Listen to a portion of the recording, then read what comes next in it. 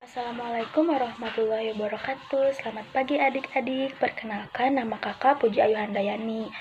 Di video kali ini kita akan membahas materi dari buku tema 8 subtema 4, yaitu tentang bencana alam. Nah, di materi kali ini kita akan membahas 3 topik.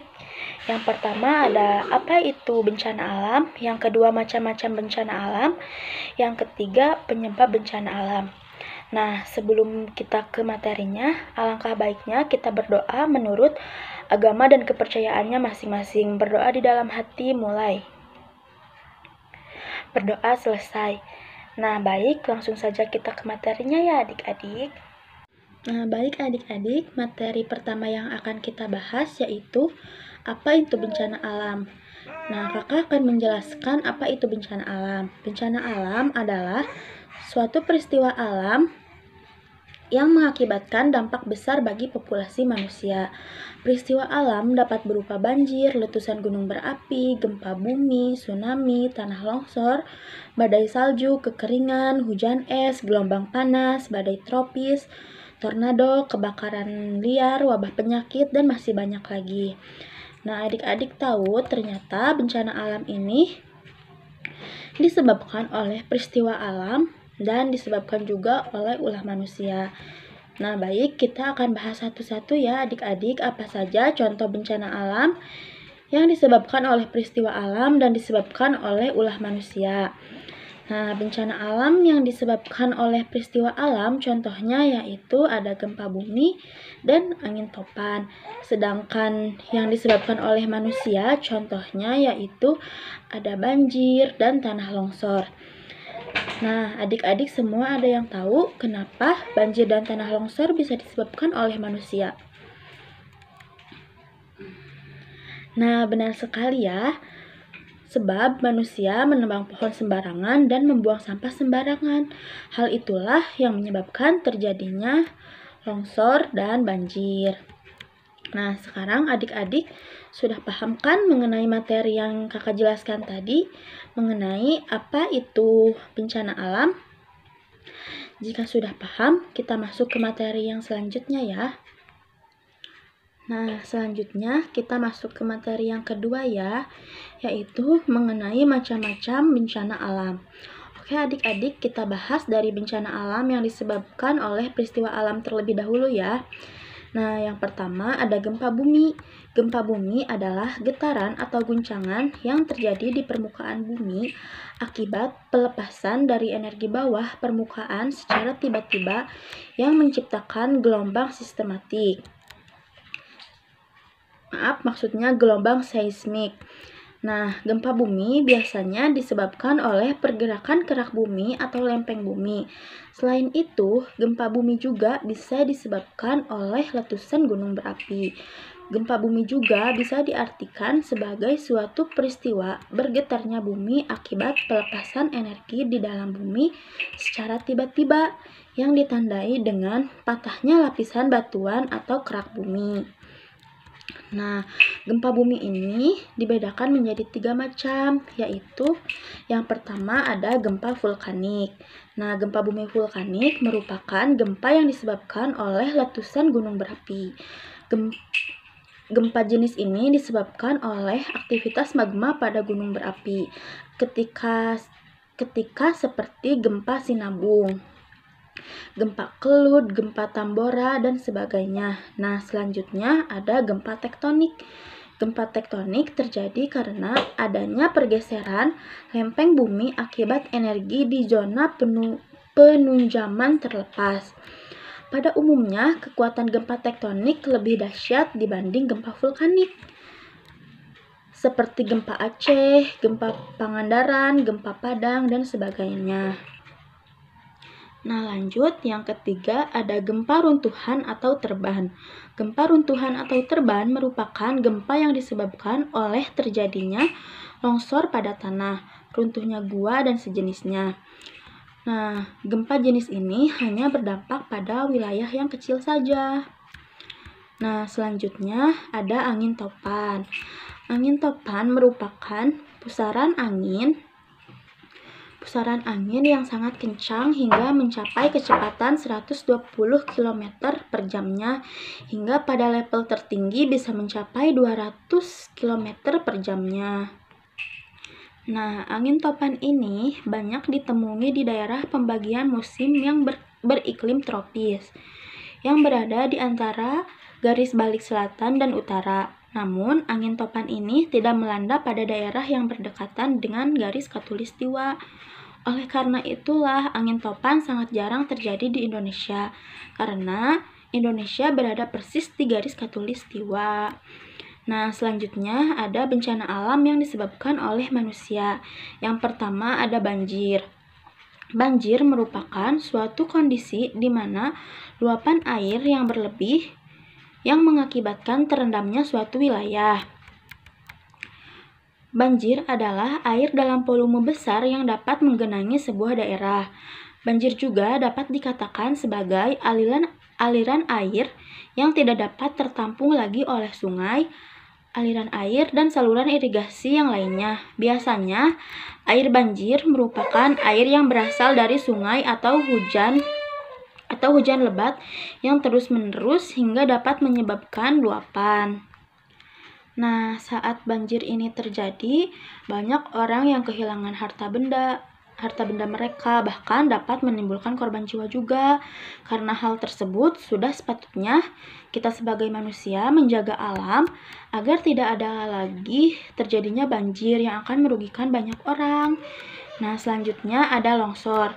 Tanah longsor adalah suatu peristiwa geologi yang terjadi karena pergerakan massa batuan atau tanah dengan berbagai tipe dan jenis, seperti jatuhnya bebatuan atau kumpalan besar tanah. Adik-adik ada yang tahu apa saja nih penyebab bencana alam yang sudah kakak jelaskan tadi? Tidak tahu? Jika tidak tahu, kita bahas sama-sama ya. Yang pertama ada gempa bumi. Faktor penyebab gempa bumi terjadi karena gempa bumi adalah adanya retakan dan pelepasan sistem di suatu tempat yang kemudian bergerak dan berubah demikian cepat sebagai akibat desakan tenaga dari dalam bumi atau endogen maupun di luar bumi eksogen. Faktor lainnya yaitu terjadi karena pergerakan magma di dalam gunung berapi. Yang selanjutnya terjadi karena injeksi atau ekstraksi cairan dari atau ke dalam bumi. Yang selanjutnya terjadi dari peledakan bahan peledak yang menyebabkan gempa bumi yang disebabkan oleh kelakuan manusia. Nah, yang kedua ada angin topan. Angin topan terjadi karena adanya tekanan udara yang sangat berbeda, sehingga tekanan udara tersebut membuat sebuah pusaran dalam sistem cuaca. Selanjutnya, angin topan terjadi karena pada saat tengah hari, saat suhu udara menjadi sangat panas, lapisan atmosfer bumi juga akan menerima suhu panas yang lebih besar. Namun, tekanan udaranya rendah. Karena hal itulah, maka akan terjadi perpindahan tekanan udara dari tempat yang memiliki suhu rendah menuju tempat yang memiliki suhu tinggi, sehingga terjadilah pusaran angin yang disebut sebagai angin topan.